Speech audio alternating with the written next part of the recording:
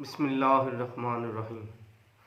अस्सलाम वालेकुम दोस्तों, हाज़िर हूँ आपकी खिदमत में अपनी नई वीडियो के साथ। लेकिन मुझे ये आज एक्नॉलेज करना है कि मेरा गला थोड़ा ख़राब है, इसलिए मैं वेल ड्रेस भी नहीं हूँ और उखला के यूनिफॉर्म में भी नहीं हूँ। कल से मैं घर पर हूँ, थोड़ा नज़ला है, थोड़ा गला ख़राब है और इसकी वजह से, धरने की वजह से हम कोई एक्टिविटी नहीं कर सके। तो जिस तरह मैं था इजी फील, उसी तरह आपके पास आपकी खिदमत में हाज़िर हो गया हूँ ताकि ज़्यादा डिले ना हो। तो चलते हैं और देखते हैं आज हमारे एजेंडे पे क्या है।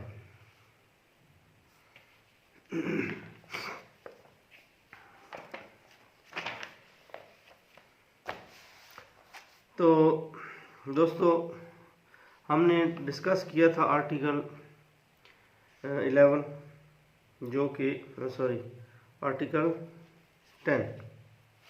आर्टिकल 10 हमने डिस्कस किया था जो कि अरेस्ट के बारे में है। इस अरेस्ट के बारे में है कि कोई बंदा जो है वो उसको कितनी देर में कितने दिनों तक प्रिवेंटिव डिटेंशन में रखा जा सकता है और कब तक उसको अरेस्ट रखा जा सकता है। इसमें एक चीज़ और मेरे सामने आई, आर्टिकल 10 के सब क्लास 7 में आल्दो कि मुझे एक देखने वाले ने मुझे सजेस्ट किया था कि मुझे नहीं पढ़ना चाहिए, लेकिन with the passage of time हमारे पास वो प्रेजेंटेशन का सिस्टम आ जाएगा बहुत जल्द प्रोजेक्टर पे, तो और इजी हो जाएगा। लेकिन अभी जब तक वो सिस्टम नहीं आ जाता तब तक हमें मजबूरी है कि मुझे पढ़ना पड़ेगा।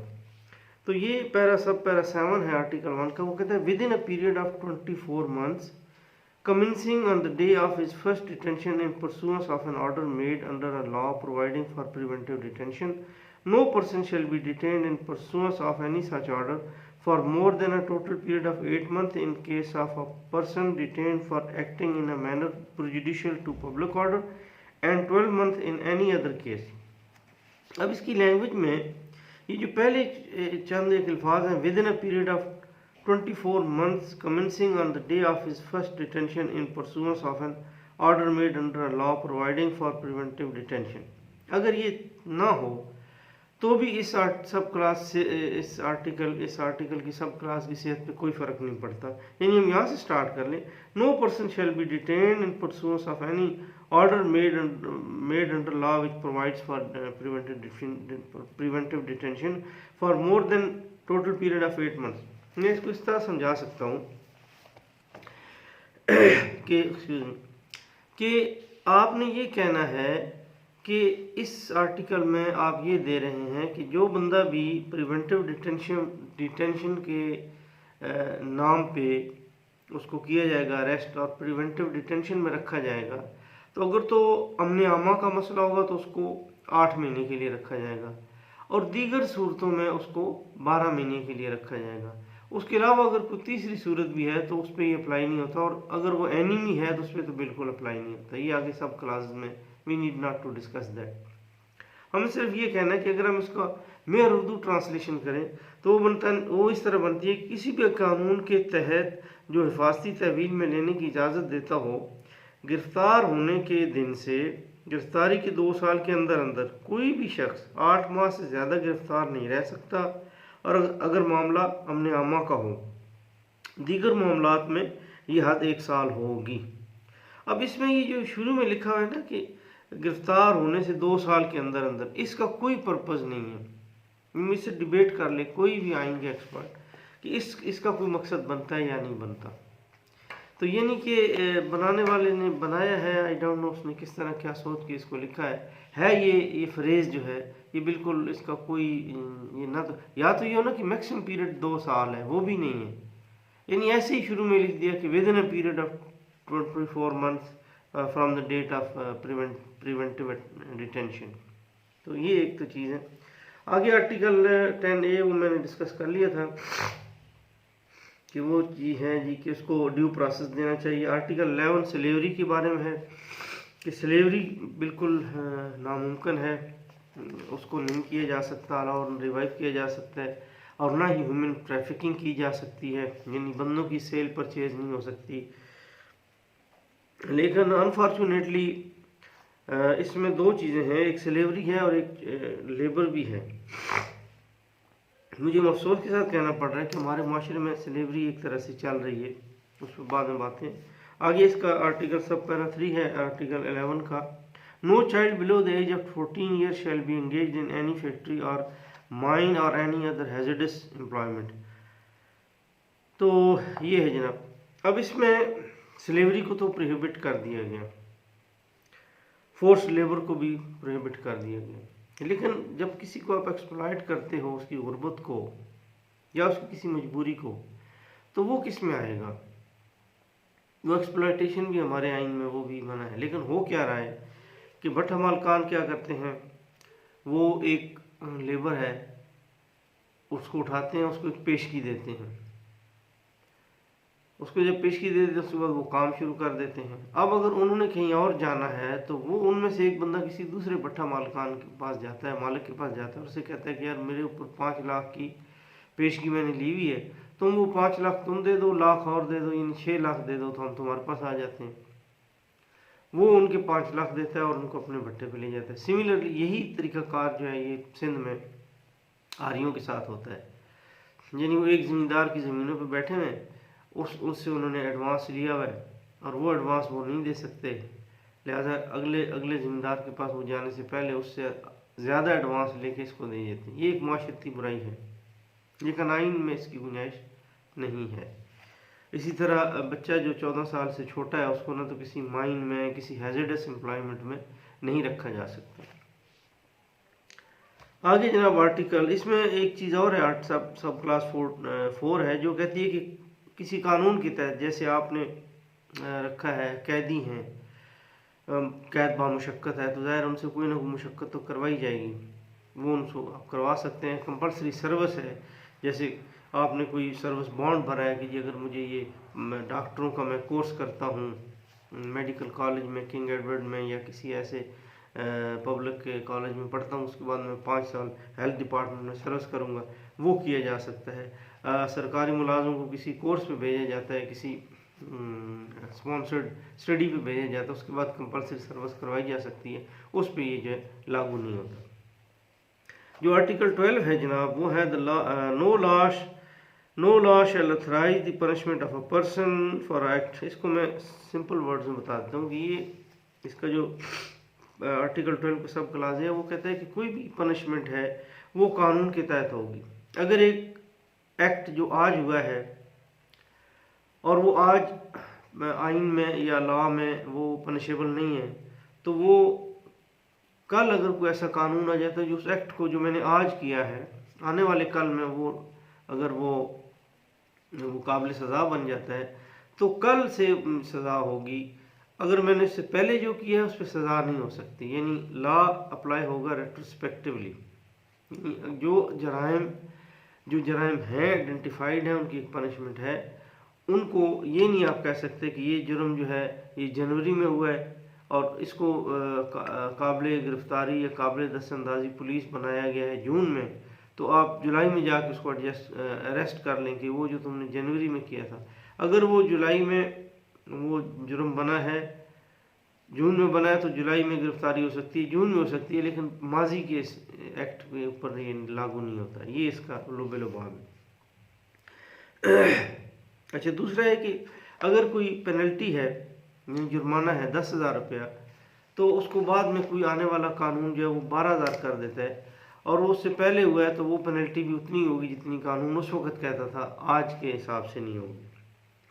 अब सबसे इंटरेस्टेड जो इसका सब क्लास 2 है, वो कहते हैं nothing in clause 1 or in article 270 shall apply to any law making acts of abrogation or subversion of a constitution in force in Pakistan at any time since 23rd day of March 1956 an offence। अब ये इसकी language को अगर आप simply गौर करें, simple इसकी language पर गौर करें, वो कहता है कि, अब फिर मैं पढ़ देता हूँ एक एक वर्ड। तो कहते हैं कि nothing in clause 1 or in article 270 shall apply to any law making acts of abrogation और सबवर्जन ऑफ अ कॉन्स्टिट्यूशन यानी law making acts of abrogation, law making acts of subversion of constitution in force in Pakistan at any time an offence. यानी इसको कोई law, अगर आप देखें इसको फिर गौर करें, जितनी बार गौर करें वही जो इसका मतलब बनता है वही सामने आता है कि law making acts of abrogation और law making acts of subversion जो हैं वो 23 मार्च 1956 से उसके बाद 23 मार्च 1956 के बाद जो law making acts of abrogation and subversion के हुए हैं वो ऑफेंस नहीं है। यानी अब मुझे समझ नहीं आती कि जब ये इन्होंने इस एक्ट ऑफ हाइट्रियन बना दिया था इसको आर्टिकल 6 में, एनी पर्सन हु एब्रोगेट्स और सबवर्ट्स और सस्पेंड्स और होल्ड इन अबेंस, यानी वो जब है ही हाइट्रियन का केस तो फिर लाइक्लीहुड नहीं रहता कि वो ऐसा होगा। तो यहाँ इन्होंने ये आर्टिकल दिया जहाँ उन्होंने रेट्रोस्पेक्टिव लॉज को प्रोहिबिट किया, वहाँ उन्होंने कहा कि जी नहीं, जो कॉन्स्टिट्यूशन को एब्रोगेट करने और कॉन्स्टिट्यूशन को सबवर्ट करने के लिए कोई कानून बनाया जाएगा तो रेट्रोस्पेक्टिवली अप्लाई हो सकेगा। और जबकि यहाँ पर एक तरह से आइन को सस्पेंड करने की और आइन को सबवर्ट करने की, आइन को एब्रोगेट करने की बात को मान लिया गया है, एक्नॉलेज कर दिया गया है, जबकि आर्टिकल 6 कहता है कि वो हाइट्रियन है। तो ये इसलिए होता है कि जब आप अमेंडमेंट बनाते हैं तो आप उसके सारा ओवरऑल देखना पड़ता है कहाँ कहाँ ये इफेक्ट हो रही है। अब देखते हैं कि आर्टिकल 270 में क्या है। 270 में इनफैक्ट वो वैलिडेशन के लॉज है। यानी अगर आप 270 जाके देखें तो वो 271 कहता है कि 25 मार्च 1969 से 19 दिसंबर 1971 तक ये वो मार्शल लॉ था जो लगाया था याहिया साहब ने, और फिर उसको कंटिन्यू किया जुल्फ़िकार अली भुट्टो साहब ने, और उन्होंने एंड किया। उनको भी कानून बना दिए गए रेट्रोस्पेक्टिवली। उसके बाद जो है 270 जो है 270A ये 5 जुलाई 1977 से लेके 1985 तक के जो एक्ट थे ज़ियाउल हक साहब के उनको वैलिडेट किया गया। और 270A जो है ये मुशर्रफ साहब के 12 अक्टूबर 1999 से 31 दिसंबर 2003 तक के एक्ट को कानून बना दिया गया, उनको वैलिडेट कर दिया गया। तो ये जनाब आर्टिकल जो है 12 का 2 ये बिल्कुल ही जो है ना वो है, यानी इसका जो है मतलब अगर हम उसको हाइट्रियन पढ़ें तो फिर 270 पे भी सवाल उठता है कि अगर वो एक्ट जो है ही हाइट्रियन का और बाद में कोई असेंबली या कोई फोरम या कुछ ग्रुप ऑफ पीपल कहते नहीं ये जो है ये वैलिड थे, ये ठीक थे, इनको वैलिडेट कर देते हैं, तो फिर अगर वो हाइट्रियन है तो वैलिडेट करने वाले भी हाइट्रियन के मुर्तकिब हुए। ऐसे किसी कानून को जब आपका आइन कहता है कि रेट्रोस्पेक्टिव इफेक्ट नहीं देना तो फिर इसको कैसे दिया और फिर उसको एक्नॉलेज कर दिया। हमारे आइन में आर्टिकल 270 और ये जो आर्टिकल 12 का सब पैरा 2 है यानी 12(2) जो है, इसमें जब ये लिख दिया गया कि law making acts of abrogation और subversion of a constitution shall not be an offence, तो ये यहाँ पर उसको मुकम्मल इजाज़त मिल जाती है। और मैं समझता हूँ कि परवेज़ मुशर्रफ साहब के केस में यही नुक्ता एक उन्होंने दिया था कि जब ये हुआ था, जब ये मार्शल लॉ लगा था वो 99 था, और ये 18th अमेंडमेंट जिसने उसको पनिशेबल किया है वो 2010 में आई है 18th अमेंडमेंट, लिहाजा वो इस पे नहीं लगती। तो इस तरह उन्होंने इसका फ़ायदा उठाया। तो आप अगर ये करना ही उसको हाइट्रियन रखना है तो फिर आइन के अंदर ऐसे किसी लाइक्लीहुड को किसी तरीके से ख़त्म कर दें, उसको उड़ा दें बीच में से, मुकम्मल तौर पे उसको प्रोहिबिट कर दें, लगा दें कि ये नहीं हो सकता, ये मुमकिन ही नहीं।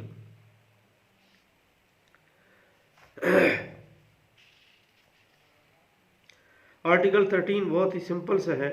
ये एक्चुअली इस बात पे कि अगर एक जुर्म पे सज़ा हो चुकी है तो उस जुर्म की सज़ा उसको दोबारा नहीं मिलनी चाहिए।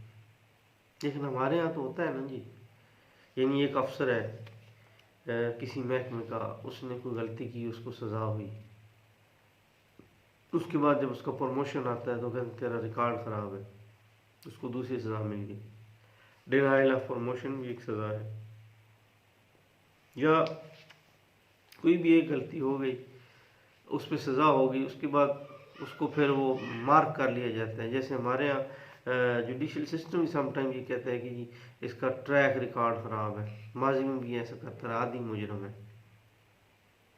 तो अगरचे आदि मुजरम होना जो है आइन उसको तहफ़्फ़ुज़ देता है कि जी किसी भी सज़ा अगर उसको पहले उसने जुर्म की उसकी सज़ा मिल गई है तो अगले जुर्म में माजी का किस्सा ना खोला जाए। लेकिन हमारे यहाँ खुलता है, पढ़ देता हूँ, no person shall be prosecuted और punish for the same offence more than once और shall when accused of an offence be compelled to be a witness against himself. जाहिर है जब उसने कोई जुर्म किया तो उसको अपने खिलाफ ही यानी इतराफ़ी जुर्म करने के लिए मजबूर नहीं किया जा सकता, अपने खिलाफ खुद से compelled B witness against himself, अपने खिलाफ वो खुद जो है वो नहीं आ सकता। तो ये जनाब आर्टिकल हमने 11 उस दिन पढ़ा, उसका एक 7 सब पैरा 7 आज पढ़ा, आर्टिकल 12 और 13 हमने आज पढ़ लिए और इंशाअल्लाह अज़ीम 14 में हम कल मूव करेंगे, अगले अपनी नेक्स्ट वीडियो में मूव करेंगे। आप सबका बहुत बहुत शुक्रिया। अपना दोस्तों यारों का, इर्द गिर्द लोगों का, फैमिलीज़ का, सबका बहुत ख्याल रखिएगा। अस्सलाम वालेकुम रहमतुल्लाहि व बरकातुहू।